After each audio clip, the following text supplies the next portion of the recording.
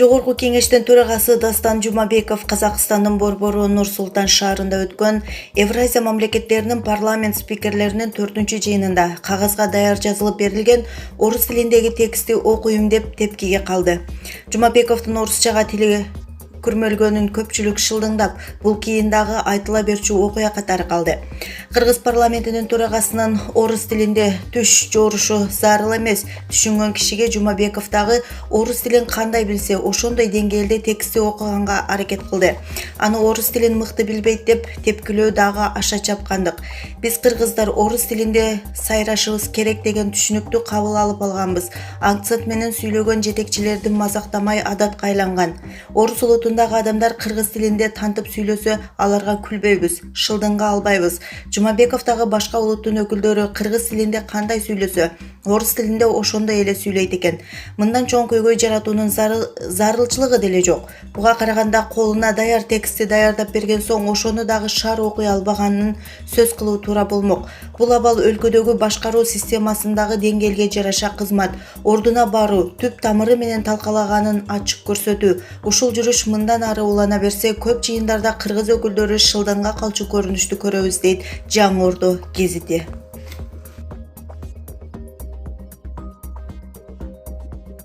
Александр Маругов, сын миллиардера, колбасного короля Владимира Маругова и поэтессы Татьяны Маруговой. Немногим более 2 месяцев назад трагически погиб в страшном ДТП на Фрунзенской набережной в Москве. Мотоцикл, на котором ехал сын олигарха, столкнулся с такси. Водителем был 23-летний уроженец Киргизии Исламбек Акбаров.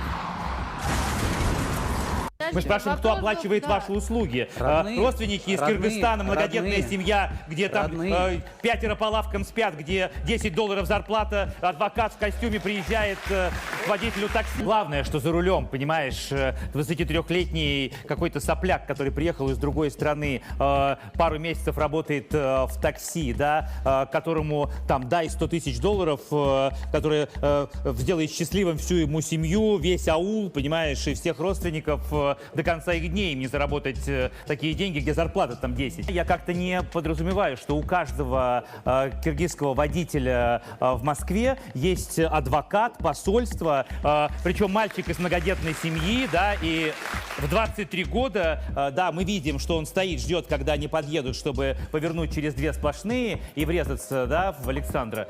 Вот этот таксист. Россиялык телеалып баруучу Андрей Малахов чуу жараткан телеберүү боюнча кыргызстандыктарга кайрылды. Анын билдирүүсү өзү башкы редактор болгон Стархит порталына таянып, Спутник агенттиги жазып чыкты. Малахов анын жеке пикири демократиялуу Кыргызстанда өтө көп наразычылыктарды жаратарын ойлобогонун айткан. Бир суткада эле эфирге чыккан программа боюнча 20 000ден ашык пикир алынганын билдирген. Бул чыгарылышта менин журналисттик катары милдетим баласын жоготуп боздоп жаткан эненин абалын жана ал эмнеге каза болгонун түшүнүү болчу. Укук бузгандардын, кылмышкерлердин улуту жана жарандыгы болбойт. Мыйзам алдында баары бирдей. Мен кыргыздарды сүйүктүү Чыңгыз Айтматовдун чыгармаларынан гана эмес, Семен Чуйковдун эмгектери аркылуу билем. Андан сырткары жеке жолугууларым да болгон. Мен журналисттик ишимдин бир бөлүгүн аткардым деп ойлоймун. Татьяна Маругова күнөөлүүнүн өзүнөн болбосо да анын өкүлдөрүнөн биринчи жолу кечирим сураганын укту. Анан калса менин айткандарымды кээ бир кыргыздар туура эмес түшүнүп калганына өкүнүп турам. Мен тынчтыкты жана ынтымактуулукту, коңшулук мамилелерди каалаймын.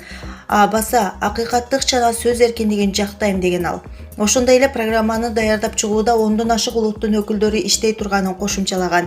Тилеге каршы кечирим сураган эмес, деп жазып чыккан Назар Ньюс KG сайты.